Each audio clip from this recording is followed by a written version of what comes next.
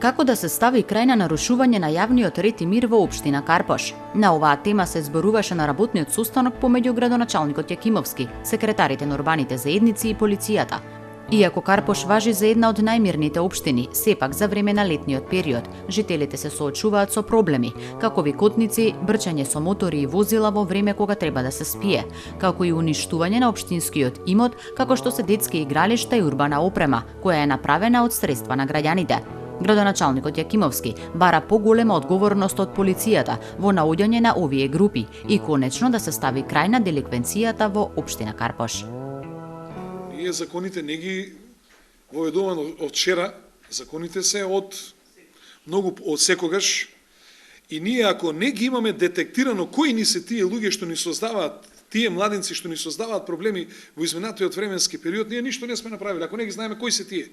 Па да ги повикаме превентивно и да им кажеме, ако бидете забележани да правите, да го реметите јавниот ред и мир и така натаму во училишни дворови, во градинки и така натаму, оштетувате клупи, дечи игралишта, сето тоа, дека следната мерка што ќе биде изречена ќе се биде мерка за прекушок, не знам судијата што ќе одлучи и така натаму. Ние сега ако со нив разговараме, па ги убедуваме, а тие луѓе со нив прво секогаш имаат разговарање на нашите представници од местните заедници. Со нив разговараат и граѓани, се семнуваат, се убедуваат така натаму. Извинете, ама колку ја што разбирам, јас сум превентивниот орган овде во општината, вие сте репресивниот. Револтирано за честените вандалски однесувања по парковите и детските игралишта, градоначалникот Јакимовски предложи да секој на кого местото не му е во овие детски катчиња, а биде затекнат да ги користи реквизитите, веднаш да биде казнет. Она што јас ќе направам на следната седница на Советот, ние ќе донесеме одлука после колку часот се забранува било каков пристап на било кое лице, било малолетно, било полнолетно, во кругот на градинките, училиштата и се она што значи општински имот, ќе го доставиме до вас и секој што ќе се најде внатре треба да се сноси санкции.